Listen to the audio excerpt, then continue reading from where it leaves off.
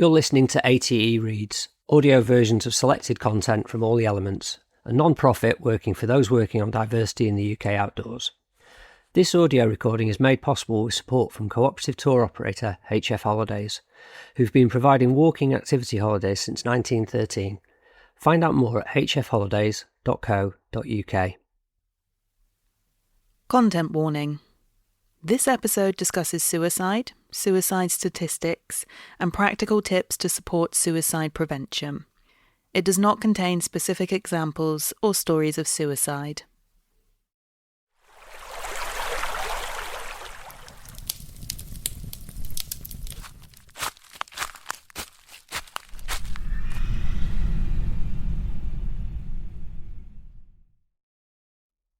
Hi, I'm Kelvyn James. I'm the author of the article you're about to hear. For the text version of this article, plus much more, head to alltheelements.co/news.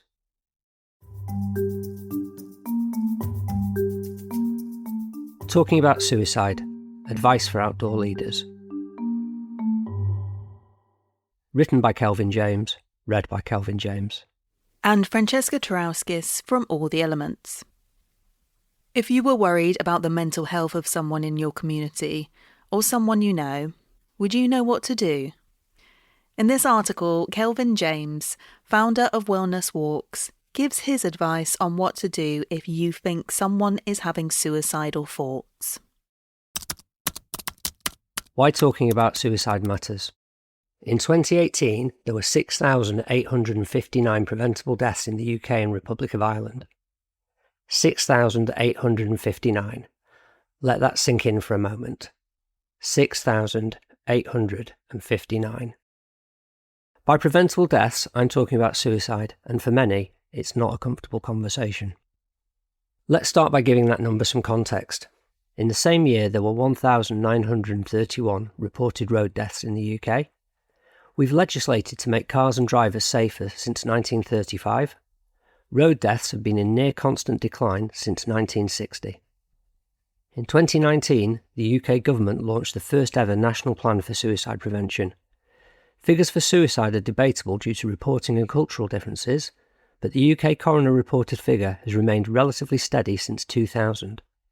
Every single day on average, 18 people die by suicide.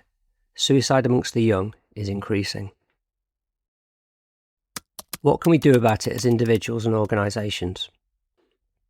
I've been involved in first aid for over 2 decades. I deliver first aid courses to outdoor instructors, club members and volunteers. I was a field trainer for North West Ambulance Service and a community first responder. In the last year, I know of 3 instances where people I've trained have directly saved a life through the delivery of high quality first aid. In the same period, I know 4 mental health first aiders who've intervened and saved a life. So why would I write an article aimed at outdoor enthusiasts about this? Well, in my work as both an international and UK-based mountain leader, I've found that many of us regularly interact with people with mental health issues, and I've personally helped people in immediate crisis on 2 occasions. We've also lost members of our own community to suicide, unsurprising as it affects everyone. I think the work and volunteering that many of us do leads to a heightened level of emotional engagement with our clients. We need to form a trust-based bond quickly, often spending extended periods of time with participants, and we'll spend attentive time observing them. All of these are factors that can offer us a level of insight that may well be unique.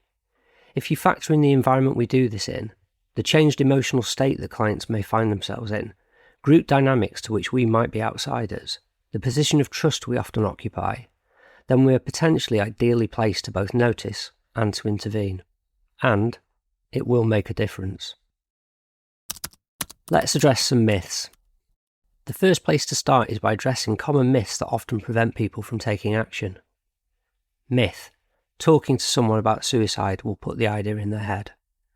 Fact: asking someone directly about suicide lowers anxiety, it opens up a dialogue, it offers hope and it reduces the risk of an impulsive act. Myth: no one can stop a suicide, it's inevitable.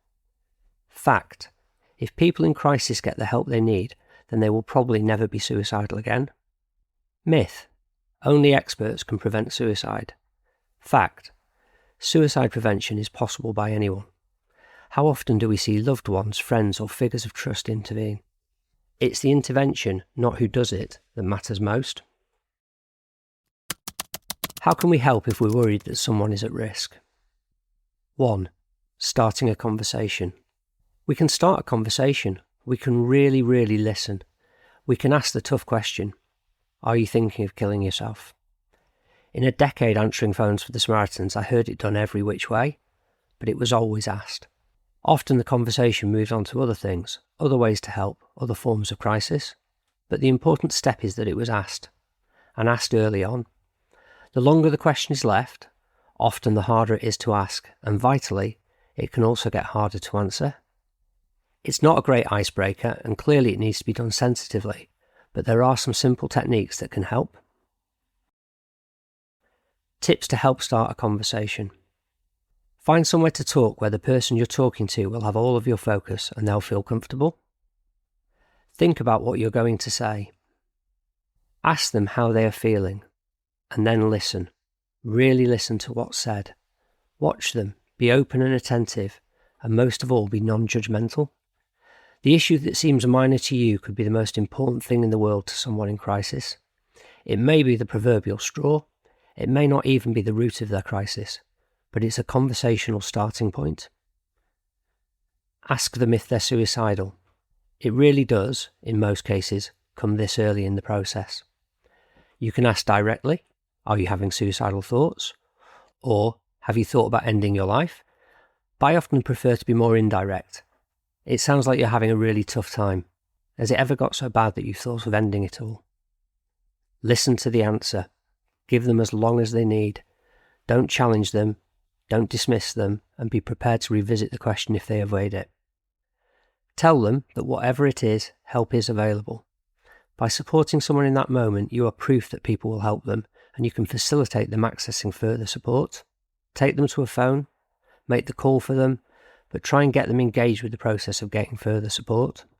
There are literally hundreds of helplines in the UK, many very specialist, but I carry a card in my wallet with 6 phone numbers on it that cover most immediate crisis. The Samaritans, Mind Info Line, Child Line, The Mix, NHS 111 and 999.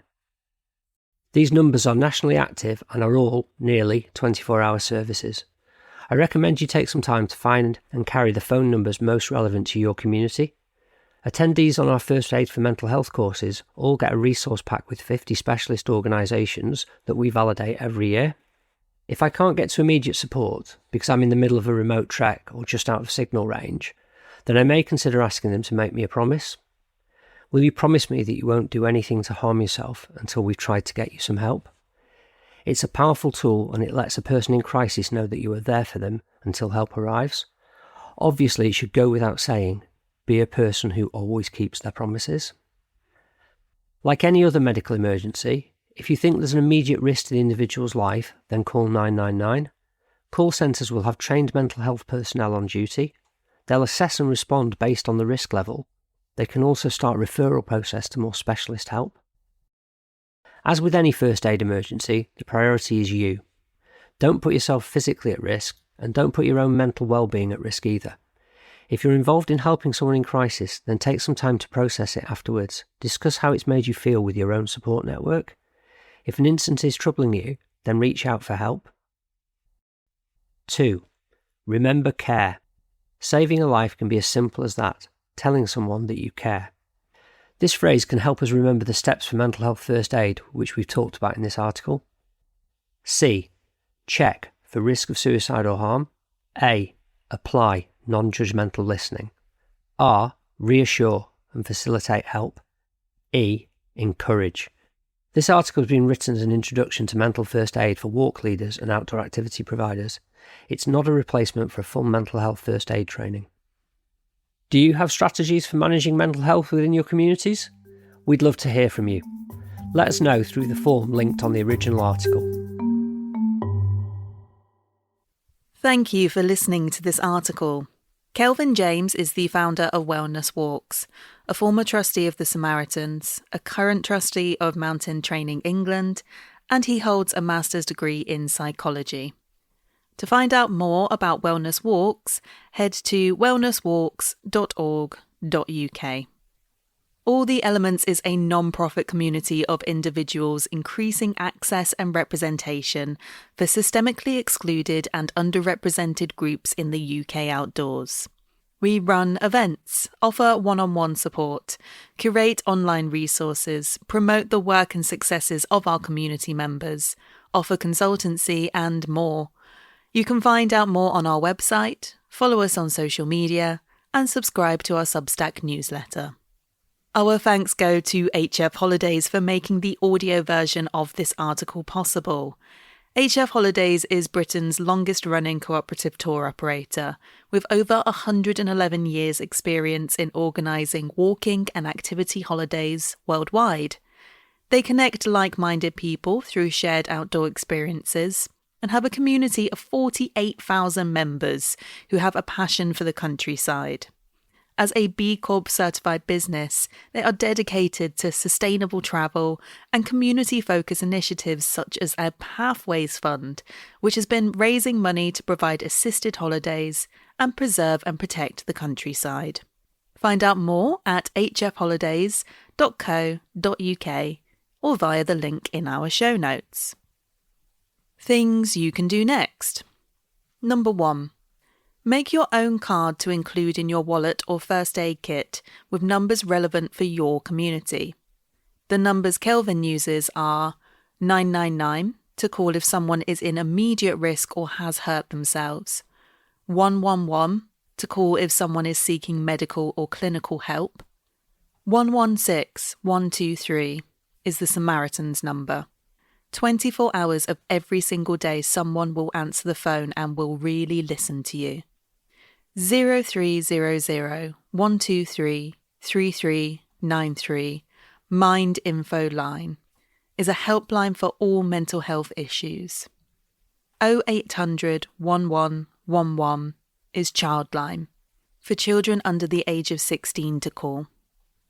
0808 808 4994 is The Mix, essential support for anyone under 25.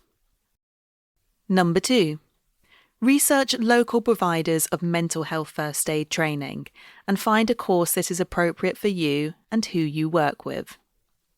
Number 3. Wellness Walks offers free and subsidised walks across the UK.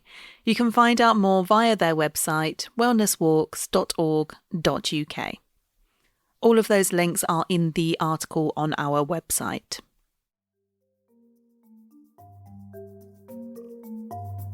Talking About Suicide, Advice for Outdoor Leaders was first published on alltheelements.co on the 13th of March 2025.